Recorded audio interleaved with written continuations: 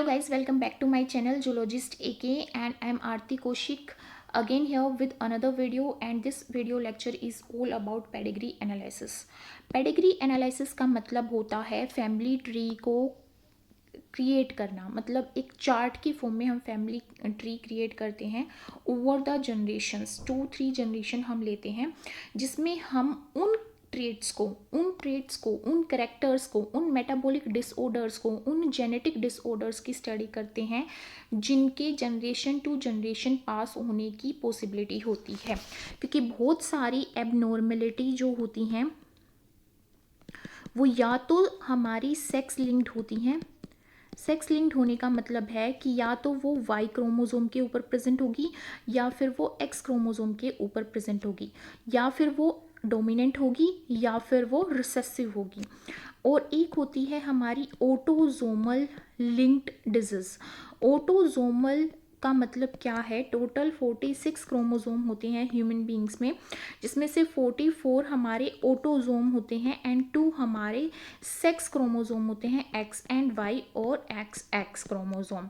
तो यहाँ पे जो ऑटोजोम है, बाकी के जो 44 क्रोमोसोम है अदर देन सेक्स क्रोमोसोम, उनमें वो जीन अगर म्यूटेंट फॉर्म में प्रेजेंट है या उन क्रोमोसोम में एबनॉर्मेलिटी प्रेजेंट है तो वो नेक्स्ट जनरेशन में डॉटर में आएगी या सन में आएगी, और टोटल जो प्रोजेनी होगी उसमें कितनी % प्रोजेनी उससे अफेक्ट हो सकती है, ये सब एनालाइज हम पेडिग्री एनालिसिस के थ्रू करते हैं। तो ये यूज़फुल क्यों है? ये यूज़फुल इसलिए है क्योंकि जो कपल कंसीव करना चाह रहे हैं या जो कंसीव कर चुके हैं, अगर वो अपनी प्रेगनेंसी को आगे प्रोसीड करना चाह रहे हैं और ये जानना चाह रहे हैं कि उनका जो बेबी है वो हेल्दी होगा, बिना किसी जेनेटिक डिसऑर्डर के पैदा होगा या नहीं होगा, या फिर कई बार IVF जब हम कंडक्ट करवाते हैं, इंट्राविट्रो फर्टिलाइजेशन, या गिफ्ट होता है हमारा, या गिफ्ट होता है जब हमारा, या फिर हम सरोगेसी के थ्रू गैमेट लेते हैं, उस केस में यहाँ पे हम जेनेटिक एनालिसिस करते हैं। तो जेनेटिक काउंसलर कपल्स को ये बताते हैं कि ये जेनेटिक डिजीज़ हो सकती हैं और कितनी क्या ये इन डिजीज़ से रिलेटेड कोई भी म्यूटेशन या कोई भी एबनॉर्मेलिटी उस एग या स्पर्म में है या नहीं है। अगर है तो कितनी पॉसिबिलिटी है कि उनका बच्चा अफेक्टेड हो सकता है। तो ये कौन कौन से डिफेक्ट हम इस पेडिग्री एनालिसिस के थ्रू स्टडी करते हैं। फर्स्ट वन है हीमोफीलिया। हीमोफीलिया ए होता है, हीमोफीलिया बी होता है। दोनों ही हमारे blood clotting deficiency factor consist करते हैं, मतलब कि ब्लड क्लोट होने के लिए कुछ क्लोटिंग फैक्टर्स होते हैं। वो क्लोटिंग फैक्टर्स की वजह से ही जब हमें इंजरी होती है, हमारा ब्लड प्लेटलेट्स के थ्रू थ्रोम्बोनिन जो हमारा प्रोटीन है वो सिक्रेट होता है और ब्लड क्लोट होता है। बट जब haemophilia A and haemophilia be present होगा तो हीमोफीलिया ए में हमारा क्लोटिंग फैक्टर 8th एब्सेंट होगा और हमारे हीमोफीलिया बी में हमारा फैक्टर 9th एब्सेंट होगा, जिसकी वजह से क्लोटिंग डेफिशिएंसी हो जाती है पर्टिकुलर इंडिविजुअल में। कलर ब्लाइंडनेस सबको पता है। एल्केप्न्यूरिया एंड फिनाइलकेटोन्यूरिया दोनों ही हमारे मेटाबॉलिक डिसऑर्डर हैं जिसमें मेटाबॉलिक अक्यूमुलेशन हो जाती है। थैलासेमिया हमारा ब्लड डिसऑर्डर है जिसमें हमारा जो इंडिविजुअल अफेक्टेड होगा उसमें ऑक्सीजन कैरिंग जो प्रोटीन होते हैं, ऑक्सीजन कैरिंग प्रोटीन क्या होता है? हीमोग्लोबिन होता है। तो हीमोग्लोबिन यहाँ पे बहुत कम होगा और RBCs में हमारा हीमोग्लोबिन प्रेजेंट होता है, तो RBC काउंट भी यहाँ पे नॉर्मल की बजाय कम होता है। सिकल सेल एनीमिया हमारा एबनॉर्मल हीमोग्लोबिन मोलिक्यूल बनने से होता है। और एबनॉर्मल कैसे बनता है हीमोग्लोबिन? जो पॉलीपेप्टाइड चेन हीमोग्लोबिन को बनाती है उसमें एक अमाइनो एसिड हमारे यहाँ पे डिफेक्टेड होता है और वहाँ पे पॉइंट म्यूटेशन होती है, जिसकी वजह से सिकल शेप्ड का हमारी RBC फॉर्म हो जाती है हीमोग्लोबिन में डिफेक्ट होने की वजह से। पॉलीडेक्टाइली, पॉली मतलब बहुत सारी, डेक्टाइली मतलब डिजिट्स। तो जो हमारी फिंगर्स हैं या जो हमारे टॉयज हैं वो हमारे 5 की बजाय 6 हो जाना, 8 हो जाना, वो पॉलीडेक्टाइली होता है। सिन मतलब फ्यूजन, तो जहाँ पे डिजिट हमारी जो फिंगर्स हैं, टॉयज हैं, वो फ्यूज होंगे, वो सिनडेक्टाइली। तो इनके पास होने के कितने चांसेस है वो यहाँ पे पेडिग्री एनालिसिस के थ्रू एनालाइज किया जाता है और पॉसिबिलिटी निकाली जाती है। पेडिग्री एनालिसिस में पेडिग्री चार्ट को कैसे रीड करेंगे, उसमें different different symbols, lines use की गई होंगी, बॉक्सेस यूज़ किए गए होंगे। उनको अगर हमें पता है कि ये बॉक्स किस चीज़ को रिप्रेजेंट कर रहा है तो हम ईजिली अपना पेडिग्री चार्ट स्टडी कर सकते हैं। तो यहाँ पे जो हमारा स्क्वायर शेप में बॉक्स बनाया जाएगा वो मेल को रिप्रेजेंट करेगा, और वो मेल अगर उसके अंदर ना फीलिंग हो रखी है ना कोई पॉइंट है तो वो नॉर्मल होगा। और यहाँ पे जो हमारा सर्कल होगा वो फीमेल को रिप्रेजेंट करेगा। अगर इस तरह से प्रेजेंट होगा तो सेक्स हमारा अनस्पेसिफाइड होगा, मतलब कि इंटरसेक्स यहाँ पे प्रेजेंट होगा। वी कैन नॉट से आइदर इट्स फीमेल और मेल।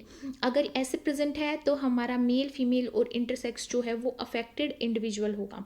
अगर ऐसे हमारा शो कर रखा है सिंगल लाइन से, अगर स्क्वायर और सर्कल को मिला रखा है, मतलब कि मेल और फीमेल को मिला रखा है, तो मेटिंग हो रखी है, मैरिज लाइन को शो करता है। अगर यहाँ पे हमारी डार्क है या टू लाइन है, इसका मतलब है मेटिंग हो रखी है इंडिविजुअल्स के बीच में, जो रिलेटिव है, मतलब कि कजन्स के बीच में यहाँ पे मेटिंग हो रखी है। अगर इस तरह से शो किया गया है तो ये यहाँ पे डॉटर प्रोजेनी है और ये यहाँ पे पेरेंटल प्रोजेनी है, और ये हमारी डॉटर होगी और ये हमारे सन होंगे, और उन दोनों को मिला रखा है, इसका मतलब दोनों ही सिबलिंग हैं। अगर यहाँ पे इस तरह से शो किया गया है, इसका मतलब ये पेरेंट है और ये सन हुआ है उनका, और वो सन डिफेक्टेड है। अगर इस तरह से हाफ फिल्ड होंगे या फिर डॉट हो गई सर्कल में या स्क्वायर में, तो वो कैरियर को शो करेंगे, मतलब कि वो इंडिविजुअल अफेक्टेड नहीं होगा, बट उस पर्टिकुलर डिजीज़ को कोज करने वाली म्यूटेशन को वो कैरी कर रहा होगा अपने क्रोमोसोम में या जीन में। अगर इस तरह से हमारा शो कर रखा है, इसका मतलब है 5 अनअफेक्टेड ऑफस्प्रिंग यहाँ पे प्रेजेंट है। इस तरह से डिजीज इंडिविजुअल है, स्टिल बर्थ अबॉर्शन हो रखा है, एंड यहाँ पे इंडिविजुअल आइडेंटिकल ट्विंस है, आइडेंटिकल ट्विंस, मोनोजाइगोटिक ट्विंस, और ये फेटर्नल ट्विंस है हमारे।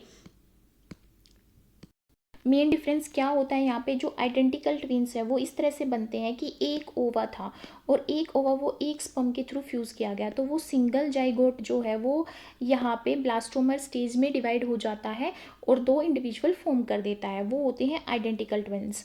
और जो हमारे फ्रेटर्नल और डाइजाइगोटिक ट्विंस होते हैं वो इस तरह से बनते हैं कि दो ओवेरी होती है फीमेल में, और दोनों ओवेरी में दो एग यहाँ पे एक साथ मैच्योर हो जाते हैं, और दोनों ही एग दो स्पर्म के थ्रू फर्टिलाइज किए जाते हैं, जिसकी वजह से अलग अलग इंडिविजुअल, मतलब कि चिल्ड्रन पैदा होते हैं, जिसमें एक बॉय हो सकता है, एक गर्ल हो सकती है। और आइडेंटिकल ट्विंस में हमारे मोस्ट जो सेक्स होगा चाइल्ड का वो सेम होगा, दोनों या तो सन होंगे या दोनों डॉटर होंगी। तो ये मेन डिफरेंस होता है फ्रेटर्नल ट्विंस में और आइडेंटिकल ट्विंस में।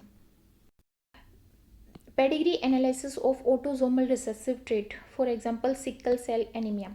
सिकल सेल एनीमिया यहाँ पे ऑटोजोमल क्रोमोसोम में प्रेजेंट होने वाले जीन की वजह से होती है, और वो जीन म्यूटेंट फॉर्म में प्रेजेंट होता है। रिसेसिव का मतलब ये है कि जब दोनों ही एलील एक ट्रेट को शो करने के लिए दो एलील होती हैं, और दो एलील एक जीन को बनाती हैं, दो एलील मिलके। तो जब दोनों ही एलील डिफेक्टिव होंगी, दोनों ही एलील म्यूटेंट होंगी, तब हमारा सिकल सेल एनीमिया होगा, इसलिए इसको रिसेसिव बोला गया है। तो यहाँ पे हम देख सकते हैं कि दोनों ही पेरेंट, ये फीमेल है हमारी, ये मेल है, दोनों ही हमारे नॉर्मल है। बट उनके यहाँ पे जब प्रोजेनी आती है, वन प्रोजेनी, तो उसमें हम उनका सन और उनकी डॉटर दोनों ही अफेक्टेड है। तो ऐसा कैसे पॉसिबल हो सकता है? ऐसा इसलिए पॉसिबल हो रहा है क्योंकि यहाँ पे फादर और मदर हेट्रोजाइगोट हैं, दोनों ही कैरियर हैं। कैसे पता चलेगा कि दोनों ही यहाँ पे कैरियर हैं? यहाँ पे जो मेल और फीमेल हैं वो यहाँ पे इस तरह से कंसिस्ट कर रहे हैं, HbA and HbS, HbA and HbS, ये उनका जीनोटाइप है। जीनोटाइप ये प्रेजेंट होगा क्योंकि दोनों ही हेट्रोजाइगोट हैं। बट जब गैमेट बनेंगे तो ये जो एलील है और ये जो एलील है, इनका डिस्ट्रीब्यूशन इंडिपेंडेंटली होगा, मतलब ये सेग्रीगेट हो जाएंगी और गैमेट की फॉर्मेशन करेंगी। तो HbA एंड HbS यही पॉसिबिलिटी है, एक गैमेट में या तो HbA आ सकता है या HbS आ सकती है। तो यहाँ पे भी HbA आएगी और HbS आएगी। जो S होती है वो म्यूटेंट होती है, और जो हमारी A होती है वो नॉर्मल होती है। तो जब हम यहाँ पे क्रॉस करवाएंगे तो हमारी प्रोजेनी आएंगी HbA and HbA and then HbA HbS, यहाँ पे आएंगी हमारी HbA HbS एंड यहाँ पे आएंगी हमारी HbS एंड HbS। जब हमें ये पता है कि जो हमारा सिकल सेल एनीमिया है वो रिसेसिव फॉर्म में ही एक्सप्रेस होगा। तो यहाँ पे जो हेट्रोजाइगोट हैं HbA एंड HbS वाले, जिनका जीनोटाइप HbA एंड HbS है, वो यहाँ पे नॉर्मल हमारा फिनोटाइप शो करेंगे। बट जो यहाँ पे HbA वाली है ये तो नॉर्मल ही होगी क्योंकि इसमें कोई भी म्यूटेंट एलील नहीं है। बट जो यहाँ पे HbS एंड HbS कंसिस्ट करेगी वो यहाँ पे म्यूटेंट प्रोजेनी होगी। तो यहाँ पे सिकल सेल एनीमिया आने के 25% चांसेस होते हैं। तो यहाँ पे हम देख सकते हैं हमारे पास इंडिविजुअल जो इन पेरेंट के इंडिविजुअल हैं वो 1 2 3 4 5 इंडिविजुअल्स, मतलब कि 5 यहाँ पे चिल्ड्रन उनके प्रोड्यूस होते हैं, जिसमें से उनका एक सन एंड एक डॉटर अफेक्टेड है। नेक्स्ट हमने देखा कि उनकी जो डॉटर नॉर्मल थी वो एक नॉर्मल मेल के साथ कर रही है फर्टिलाइजेशन। इसका मतलब क्या है कि दोनों ही हेट्रोजाइगोट हैं, दोनों ही कैरियर हैं, इस वजह से उनका सन क्या है यहाँ पे डिफेक्टिव पैदा हो रहा है, मतलब एबनॉर्मल पैदा हो रहा है, मतलब सिकल सेल एनीमिया वो कंसिस्ट कर रहा है। तो इससे हमें क्या पता चलता है इस पेडिग्री एनालिसिस से? इससे हमें ये पता चलता है कि जितनी भी ऑटोजोमल रिसेसिव ट्रेट होंगी वो फन स्किप जनरेशन्स, वो जनरेशन स्किप करेंगी। अगर मैं इसको आगे फर्दर प्रोसीड करूँ तो मेरे को पता चलेगा कि वो जनरेशन स्किप करेंगी। And almost equal number of affected male and female, equal number of male and female affect हो रहे हैं। बोथ पेरेंट्स अफेक्टेड होंगे, all children should be affected. अगर दोनों ही रिसेसिव हैं तो पेरेंट्स बच्चे भी रिसेसिव होंगे। बट सिकल सेल एनीमिया अगर प्रेजेंट है तो वो इंडिविजुअल हार्डली रिप्रोड्यूस कर पाता है क्योंकि वो 28-21 की एज में डेथ ही हो जाती है उसकी। In most cases of unaffected people meeting with affected individual, all children produce are unaffected. क्यों होगा ऐसा? क्योंकि जब दो अनअफेक्टेड पीपल मेट कर रहे हैं, मतलब कि यहाँ पे अगर ये कैरियर ना होता और डॉटर कैरियर होती तो यहाँ पे एक भी ऑफस्प्रिंग ऐसा नहीं पैदा होता जिसमें सिकल सेल एनीमिया हो। क्यों नहीं होता? क्योंकि ये रिसेसिव फॉर्म में ही एक्सप्रेस हो सकती है। Then approximately half the children should be affected अगर हमारे दोनों ही पेरेंट्स अनअफेक्टेड हैं बट दोनों ही पेरेंट्स कैरियर हैं, हेट्रोजाइगोट है, जो कि यहाँ पे पॉसिबिलिटी थी, जो कि यहाँ पे कंडीशन थी। Most affected individuals have unaffected parents. ऐसा क्यों होता है? क्योंकि दोनों ही पेरेंट्स क्या हैं? कैरियर हैं। हमारा एग्जाम्पल है पेडिग्री एनालिसिस का ऑटोजोमल डोमिनेंट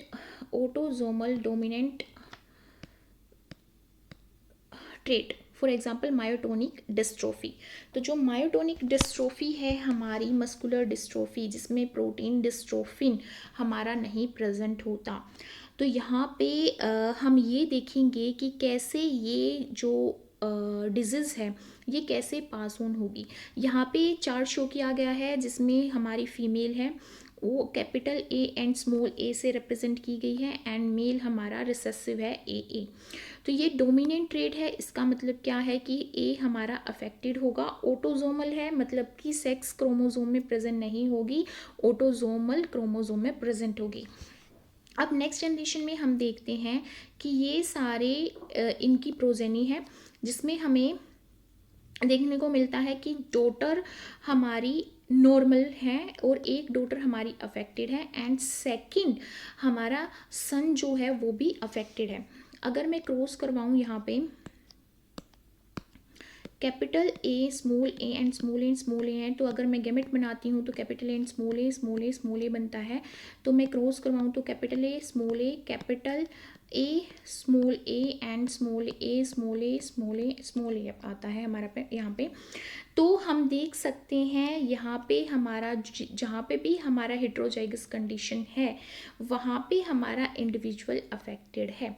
अगर मैं इस ए और इस ए की बात करूँ तो ये हमारा अफेक्टेड है, इस ए और इस ए की बात करूँ तो ये भी अफेक्टेड है। तो यहाँ पे हमारी एक डॉटर अफेक्टेड है एंड एक सन अफेक्टेड है। नेक्स्ट हमारा जहाँ पे रिसेसिव एलील प्रेजेंट है वो हमारा नॉर्मल है। फिर जब रिसेसिव एलील वाला सन यहाँ पे किसी और फीमेल से मेटिंग करता है और वो मेटिंग करते टाइम ये पता चलता है कि भाई जो फीमेल है वो भी रिसेसिव है, ए कंसिस्ट करती है, मतलब कि वो इन्फेक्टेड नहीं है ना ही वो कैरियर है।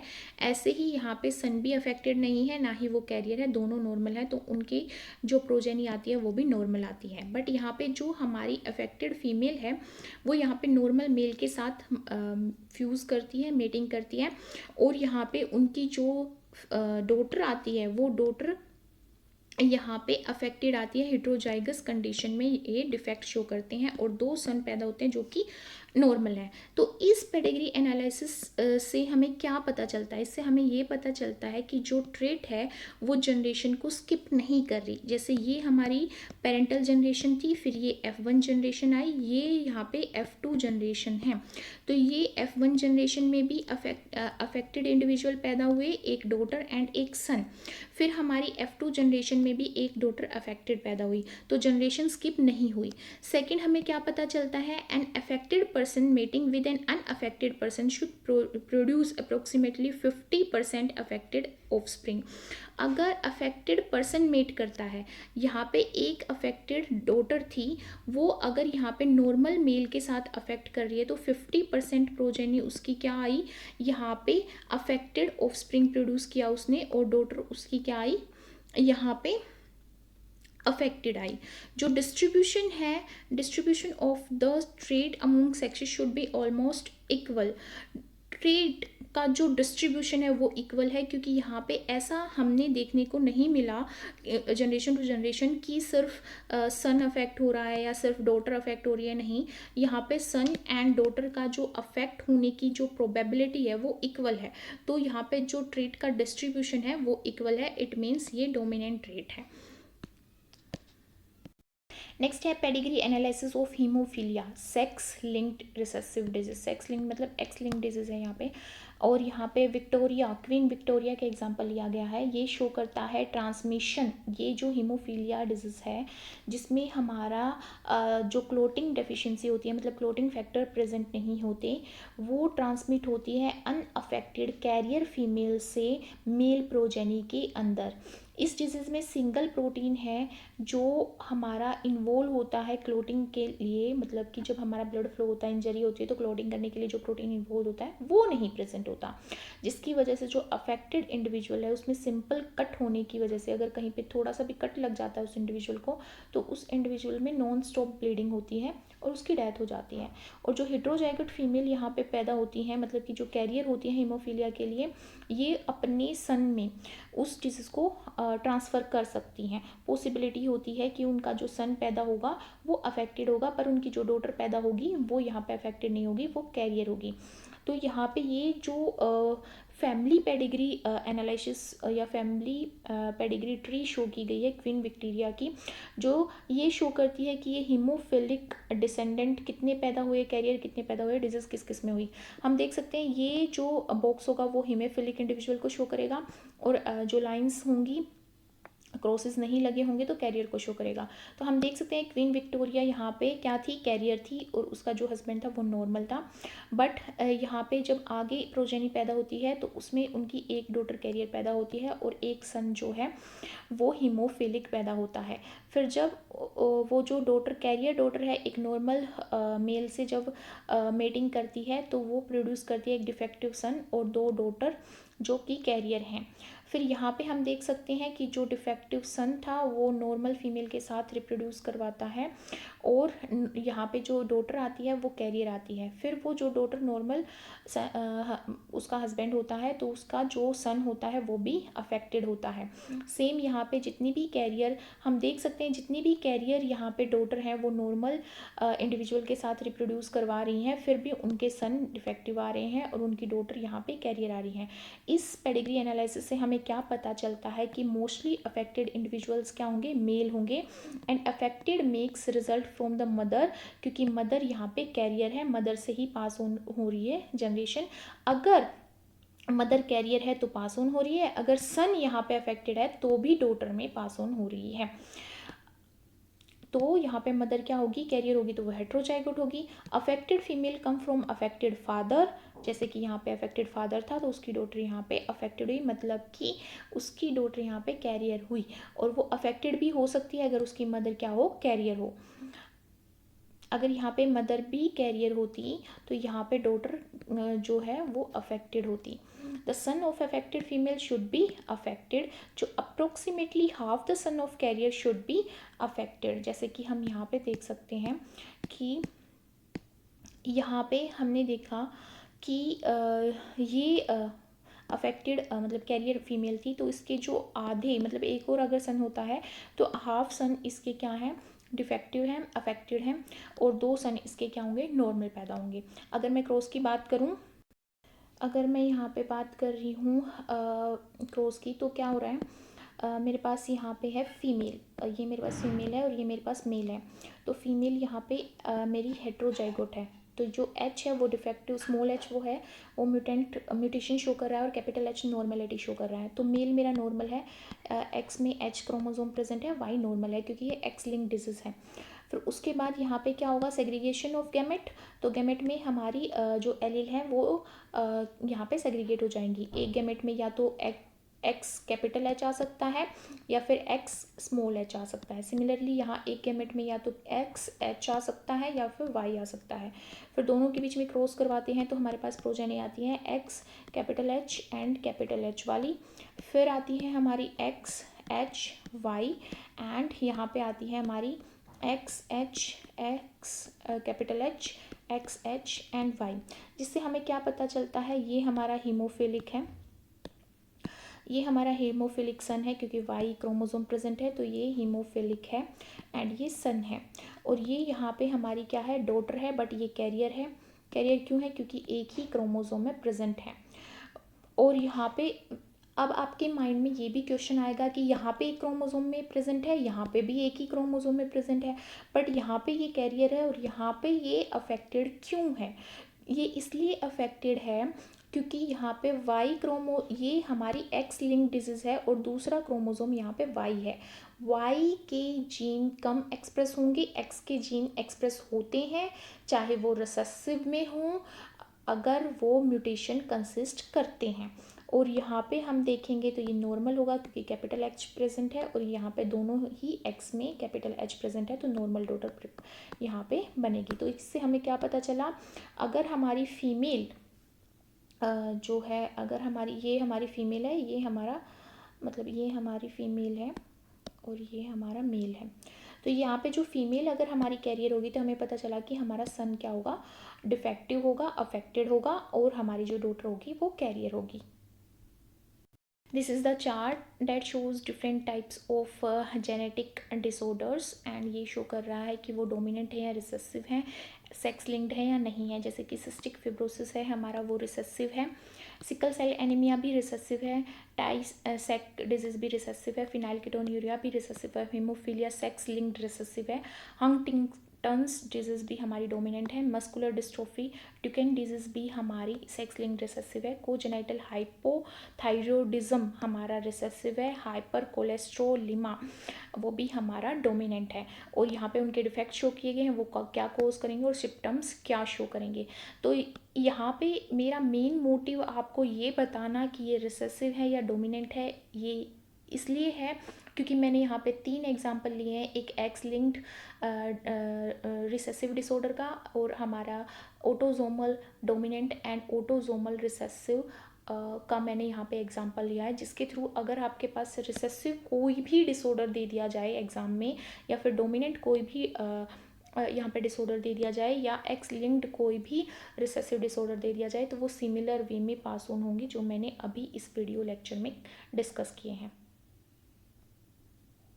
नेक्स्ट है हमारी एक्स लिंक्ड डोमिनेंट इनहेरिटेंस और genetic disorder and Y linked inheritance. ये दोनों ही बहुत कम पूछी जाती हैं क्योंकि पॉपुलेशन में ये बहुत कम देखने को मिलती हैं, और इनके एग्जाम्पल भी बहुत कम देखने को मिलते हैं। तो जो अगर फिर भी एक्स लिंक्ड डोमिनेंट या फिर वाई लिंक्ड इनहेरिटेंस पूछ ली जाए तो आप कैसे उसको स्टडी करोगे, आप इन पॉइंट्स के थ्रू उसको स्टडी कर सकते हो। For example x linked dominant है तो इसमें कोई भी जनरेशन को वो स्किप नहीं करेगी, हर जनरेशन अफेक्टेड होगी।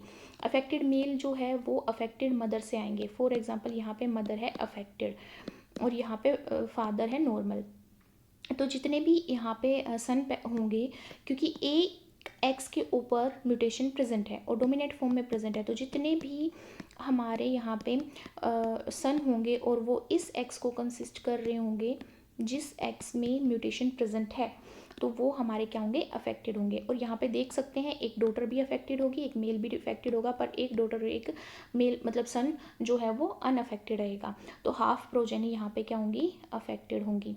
Affected female come from affected mother और फादर, क्योंकि डोमिनेंट फॉर्म में प्रेजेंट है। और जितनी भी डॉटर्स होंगी वो सारी ही अफेक्टेड होंगी अगर सन अफेक्टेड, अगर फादर अफेक्टेड है, फादर अफेक्टेड होगा तो हमारा इस तरह से प्रेजेंट होगा। और हमें पता है ये एक्स क्रोमोसोम किसको फर्टिलाइज करेगा, ओवा को फर्टिलाइज करेगा, जिसकी वजह से क्या होगा, हमारी डॉटर प्रोड्यूस होगी। तो डॉटर तो अफेक्टेड होगी ही, बट कोई सन अफेक्टेड नहीं होगा, क्योंकि सन में बस वाई जाएगा और ओवा से जाएगा एक एक्स। बट फीमेल यहाँ पे नॉर्मल है और मेल यहाँ पे अफेक्टेड है, इस वजह से सन हमारा अफेक्टेड नहीं होगा। बट जितनी भी डॉटर्स पैदा होंगी वो अफेक्टेड फादर से पैदा होंगी। रीड सिंड्रोम एंड यहाँ पे डबल कॉर्टेक्स सिंड्रोम हमारा एक्स लिंक डोमिनेंट का एक एग्जाम्पल है। वाई लिंक्ड इनहेरिटेंस की बात करें तो यहाँ पे केवल मेल्स अफेक्टेड होंगे, क्योंकि वाई के अंदर है और वाई हमेशा मेल में आएगा। तो सिंपल सी बात है, अफेक्टेड मेल्स हमेशा अफेक्टेड फादर से आएंगे, क्योंकि वाई से वाई जाएगा। All sons of an affected mens are affected. इसका एग्जाम्पल है hypertrichosis of the ear and web toes and porcupine man.